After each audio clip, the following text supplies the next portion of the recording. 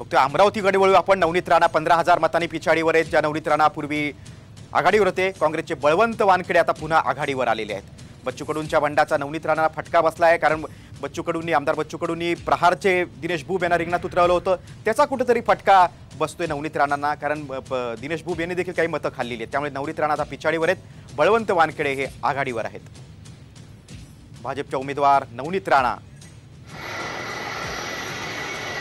आपण दृश्य बघतोय, काँग्रेसचे नेते राहुल गांधी, त्यांची बॉडी लँग्वेज बघा, चेहऱ्यावर त्यांच्या हास्य आहे. कारण काँग्रेसनं मोठं यश मिळवलं असं म्हणू शकतो. इंडिया आघाडीचं मोठं यश आहे. इंडियाला त्यांनी अगदी टक्कर दिलेली आहे. हे दृश्य बघतोय आपण. राहुल गांधी आलेत, एका सामान्य कार्यकर्त्याला त्यांनी भेट दिली, हातात हात मिळवला, आलिंगन दिलं त्याला. हातात काँग्रेसचा झेंडा घेतलेला कार्यकर्ता होता. राहुल गांधींच्या चेहऱ्यावर हास्य साहजिक आहे. 2009च्या तुलनेत यंदा काँग्रेसनं ज्या पद्धतीनं 3 अंकीपर्यंत उडी घेतलेली आहे ती नक्कीच कौतुकास्पद आहे. राहुल गांधींनी गेल्या वर्षभरात 2 पदयात्रा काढल्या होत्या, अगदी काश्मीर ते कन्याकुमारीपर्यंत. त्याला कुठेतरी यश मिळताना दिसते. इंडिया आघाडीला मोठं यश आहे. इंडियाच्या यशानंतर काँग्रेसचा जल्लोष आपण बघतोय. राहुल गांधींनी कार्यकर्त्याला हस्तांदोलन केलं, मिठी मारली त्याला.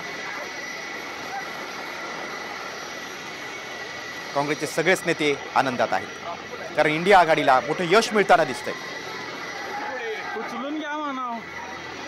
राहुल गांधींनी कार्यकर्त्याला मिठी मारली, त्याचा हात हातात घेतला, हस्तांदोलन त्याशी केलं. आपण देशभरात जर पाहिलं तर एनडीएनं अब की बार 400 पार असा नारा दिला होता. मात्र या नाऱ्याला कुठेतरी ब्रेक लागलेला आहे. इंडिया आघाडीची चांगली कामगिरी झालेली आहे. लोकसभा निवडणुकीमध्ये भाजपच्या विरोधात सर्व विरोधक एकवटले होते.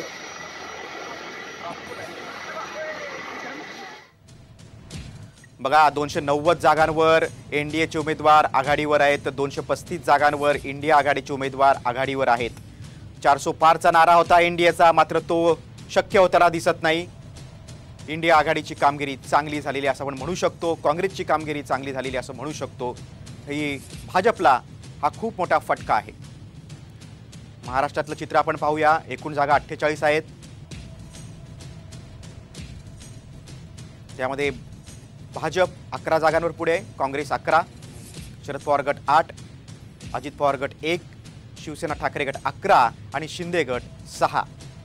अजित पवार गटाची केवळ 1 जागेवर आघाडी आहे. कोकणामध्ये 6 जागा आहेत. 5 जागांवर महायुती आहे, 2 जागांवर मविया आहे.